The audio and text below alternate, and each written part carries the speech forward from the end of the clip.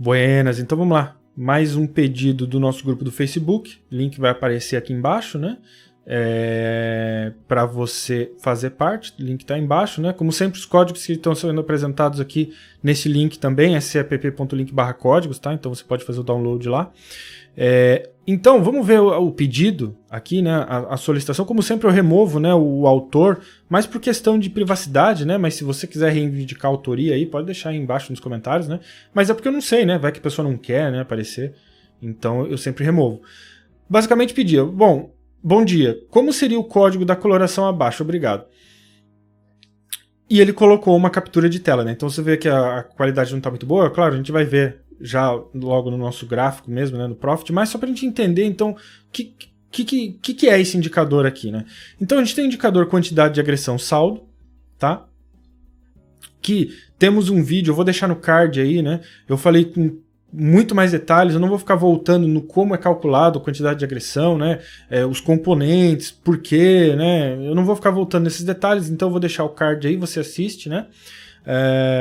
Onde eu explico muito mais a fundo o indicador em si, né? Mas tem um indicador quantidade de agressão saldo e tem uma banda de Bollinger exponencial de 200 períodos aplicada no indicador quantidade de agressão, né? Então, você vê, né, pela plotagem aqui, né, a nossa banda de Bollinger, né, a banda superior, a banda inferior, né? E o que é o grande diferencial, né, dessa coloração que ele está falando aqui, né? É que, note que quando um saldo, né, está fora desta banda, então quando é um saldo comprador fora da banda superior, né, e um saldo vendedor, né, fora aqui da banda inferior, ele mantém a coloração original, né, que é gerada pelo próprio informação de saldo, né, de comprador-vendedor, vermelho-vermelho, verde-vermelho, porém o que fica dentro, que está contido dentro das bandas, ele pinta de branco, né? Ele pinta a barra de branco com uma sobreposição aqui de cor, né, da própria banda, né, um preenchimento de cor, perdão, né, da própria banda de branco, já para destacar muito mais esses saldos que estão fora das bandas, né, e o que está dentro, né, na análise dele não é tão importante, né? Então como que a gente vai reproduzir esse indicador, essa coloração? Eu vou mostrar duas formas de fazer e vou explicar por quê, tá? Então vamos para o Profit mesmo, né?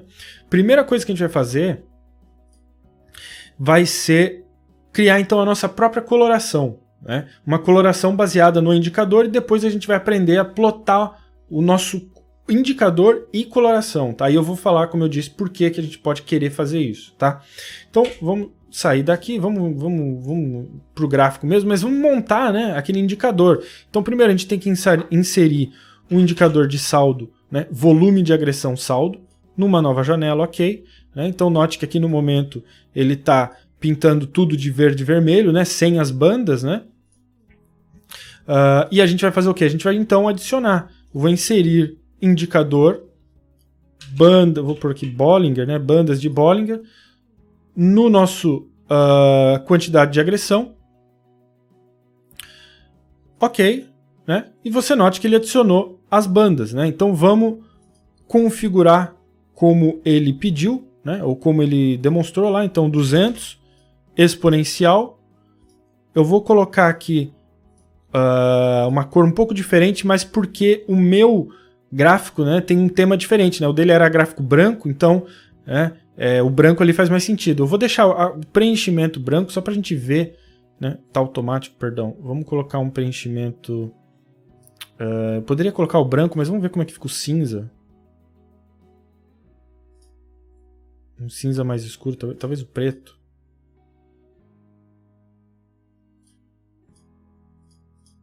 Né?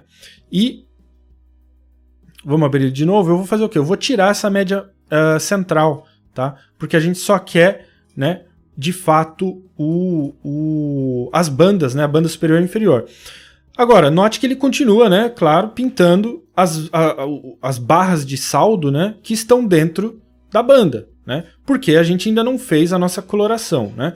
Então, vamos agora aplicar a coloração que eu já coloquei aqui. E aí eu vou explicar o que o código está fazendo. Então vamos colocar aqui a coloração. Como eu falei, o código está disponível, né, no link, vou sobrepor aqui no quantidade de agressão, ok, né? Então você note que agora o que estava dentro, ou que está dentro, né, ele pinta de cinza, talvez seja uma coisa mais escura, né? Vamos tentar preto só para ver aqui, porque a ideia, né, como eu estou fazendo o inverso, né?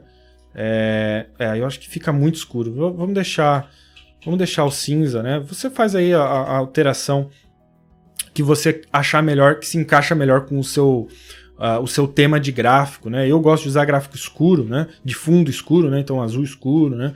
Então eu fiz uma pequena mudança aqui, mas, né? Como eu falei, você faz da forma que você achar melhor, mas a ideia aqui agora está correspondendo, né? Então a gente está pintando somente, né? O que está dentro a gente pinta de uma cor neutra, né?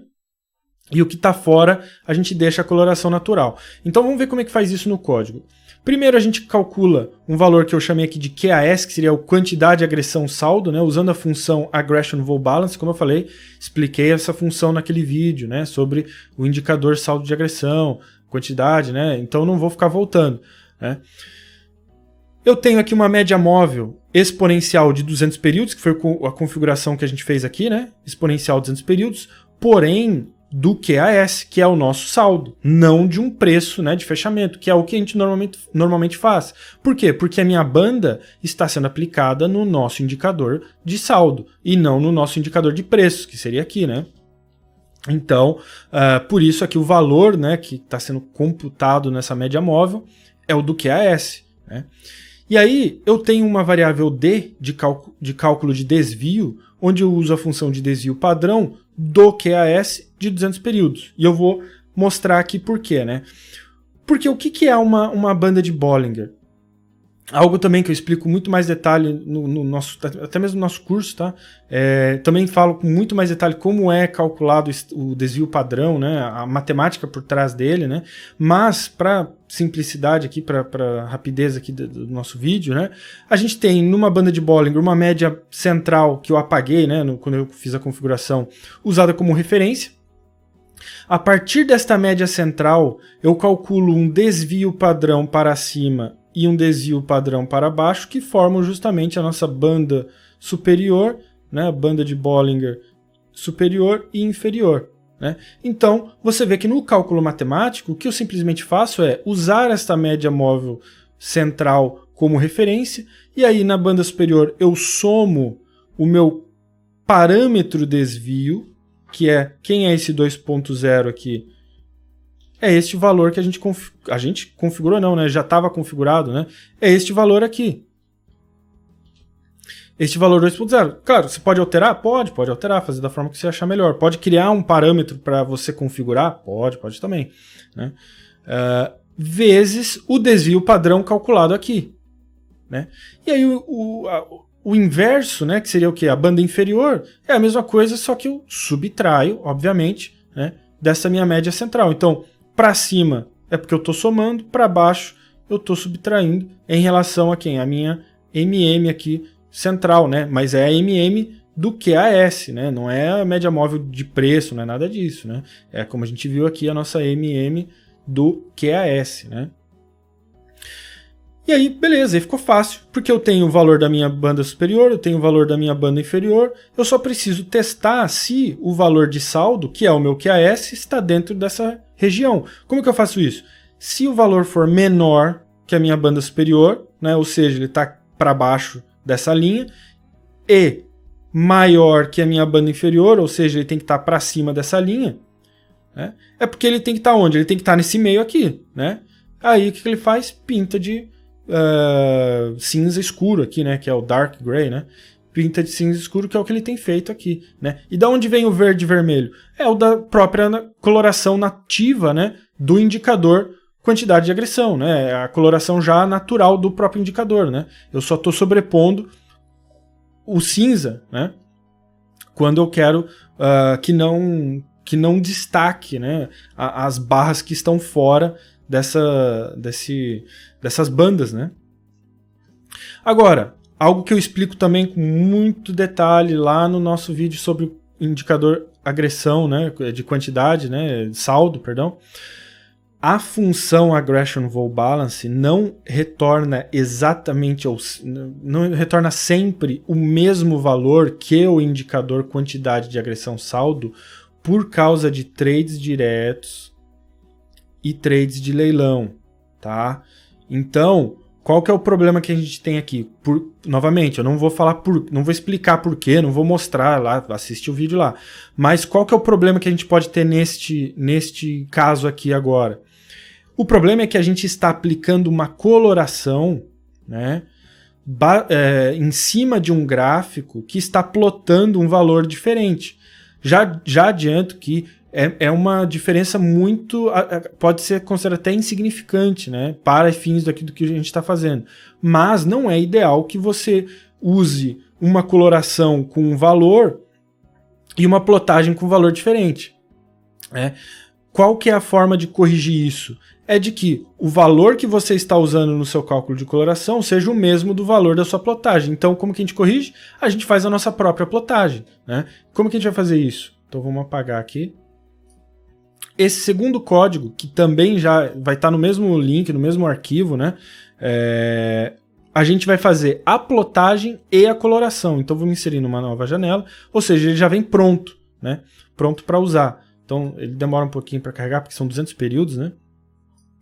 O que a gente está fazendo diferente aqui, então? Note que, se a gente comparar os dois códigos, né, é só daqui para baixo. Né? É só daqui para baixo que está a diferença. Se você olhar aqui, ó, a gente voltar lá, né, é só dali para baixo. Por quê? Porque os valores em si são os mesmos. Então, eu continuo precisando da minha banda superior, da minha banda inferior, do meu QAS.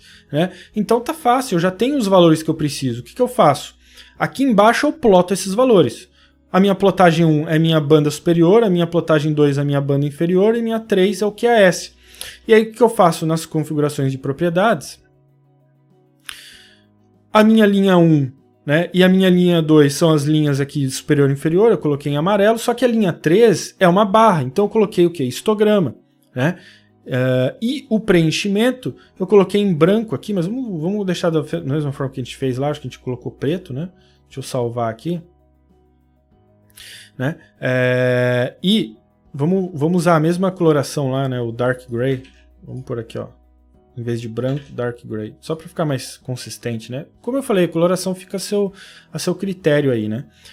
Então ficou um pouquinho mais parecido, né? Só que a gente que está plotando os nossos próprios valores agora, né? Agora, por que eu usei a plotagem 1 e 2, BBS e BBI? Porque o preenchimento que a gente viu aqui, ó, o preenchimento que a gente faz aqui, ó, este preenchimento é entre a plot, então vamos fechar ele aqui, é entre a plot, né, que seria a plot 1, mas que na verdade não tem, né, mas é a plot, e a plot 2.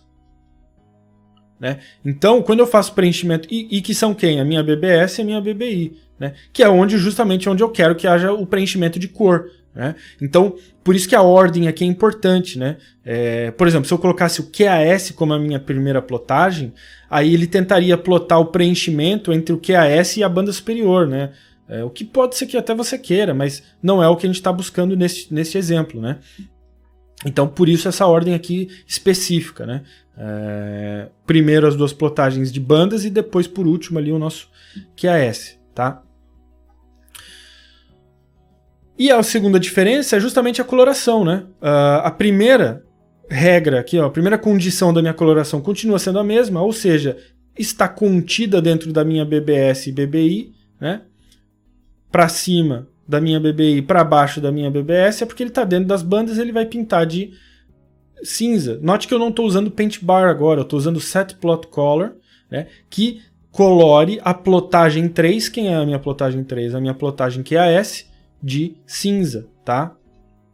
Por quê? Porque Paint Bar, né, ele vai plotar também nas linhas, né? Ele vai colorir as linhas e eu não quero que ele colore, né, as linhas, eu quero que somente a barra mude de cor. Então, por isso que eu estou usando Set Plot Color e não Paint Bar, né?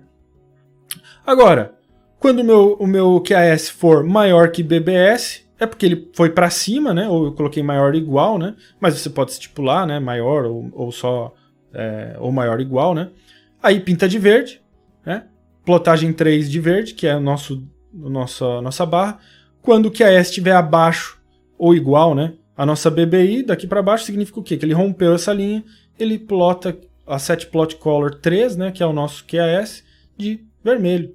E é isso, simples assim. Né? Agora, qual que é a grande diferença, né? Ou pode dizer vantagem, é que eu tenho num indicador, né, todos esses cálculos. E eu poderia configurar parâmetros aqui, né, para configurar o valor de média, para configurar o valor de período, né, ou o valor de desvio. Né? E aí, num indicador só, eu posso fazer essas alterações, né, e manter tudo dentro de uma coisa só. Né? E mais importante que isso, agora eu tenho uma plotagem, né, usando o mesmo valor da minha regra de coloração. Né? Então ele está mostrando a mesma coisa que eu estou plotando, né, em termos de coloração. Né? Ele está mostrando a coloração exatamente conforme eu estou plotando os valores. Tá?